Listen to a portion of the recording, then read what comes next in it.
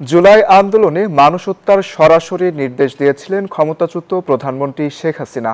১.৫ দশকের শাসনে অসংখ্য গুম এবং খুনের নির্দেশদাতাও তিনি। সীমাহীন দুর্নীতির সঙ্গে জড়িয়ে আছে তার নাম। আইনজীবীরা বলছেন, শেখ হাসিনার অপরাধের অকাট্য প্রমাণ উপস্থাপিত হয়েছে আদালতে। আর রাজনৈতিক বিশ্লেষকরা বলছেন, গণতন্ত্র হত্যা এবং নির্বাচন ব্যবস্থা ধ্বংসের দায়ে শেখ হাসিনার রাজনৈতিক বিচার হওয়া প্রয়োজন। ওপেন নির্দেশনা দিয়ে দিচ্ছে এখন লেখা নিবেন ব্যবহার করবে, যেখানে পাবে সেটা গুলি করবে। কেবল উত্তাল জুলাই আন্দোলন দমাতে নয়, পতিত প্রধানমন্ত্রী শেখ হাসিনা বিগত ১৬ বছরে গুম খুনের এমন অগণিত নির্দেশনা দিয়েছিলেন বলে বহু অভিযোগ উঠে এসেছে।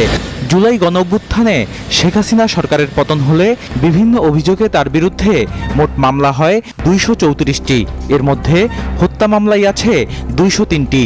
এছাড়া শেখ হাসিনার বিরুদ্ধে গুম, খুন ও মানবতাবিরোধী অপরাধ সহ অন্তত ৭টি মামলা চলমান আছে আন্তর্জাতিক অপরাধ ট্রাইব্যুনালে। যে শেখ হাসিনার বিষয়টা কি রাজনৈতিকভাবে, আইনজীবীরা মনে করেন শেখ হাসিনার বিরুদ্ধে দায়ের হওয়া মামলাগুলোর বেশিরভাগই প্রমাণযোগ্য।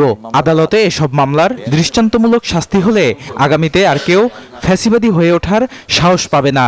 ক্রাইম এগেইনস্ট হিউম্যানিটির মামলাগুলো দৃষ্টান্তমূলক শাস্তি হওয়া উচিত। ন্যায় বিচারের স্বার্থে এবং দেশে আইনের শাসন কায়েমের লক্ষ্যে শুধুমাত্র শেখ হাসিনা না, ওই রেজিমের যখন যারা যে অপরাধ করেছে প্রত্যেকটা অপরাধের বিচার। কেবল ফৌজদারি অপরাধ নয়, সীমাহীন দুর্নীতির অভিযোগে শেখ হাসিনার বিরুদ্ধে ৭টি মামলা করেছে দুর্নীতি দমন কমিশন।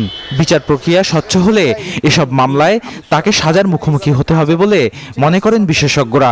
দুর্নীতি দমন মামলা যদি সরকার পরিবর্তন না হয় তাহলে আপনি ধরে নিতে পারেন এইগুলার শাস্তি হওয়ার সম্ভাবনা অনেক বেশি, কারণ ডকুমেন্ট এভিডেন্স আছে। এদিকে অবৈধভাবে ক্ষমতার প্রভাব খাটিয়ে বিরোধী মত দমন, রাতের ভোট ও বিতর্কিত ডামি নির্বাচন আয়োজনের অভিযোগ শেখ হাসিনার বিরুদ্ধে। বিশেষজ্ঞদের মতে তাকে রাজনৈতিকভাবেও বিচারের মুখোমুখি করা দরকার।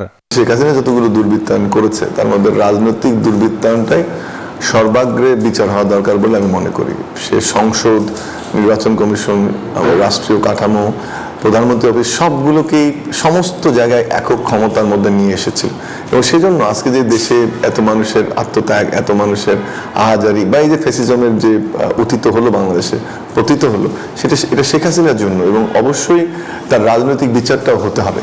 বিশ্লেষকরা আরও বলছেন, শেখ হাসিনা তার শাসনামলে দেশের গণতান্ত্রিক ব্যবস্থাকে হিমঘরে পাঠিয়েছিলেন। এ কারণেই তার সরকার প্রবল স্বৈরশাসকে পরিণত হয়েছিল। বদরুল আলম শাওন, নিউজ 24, ঢাকা।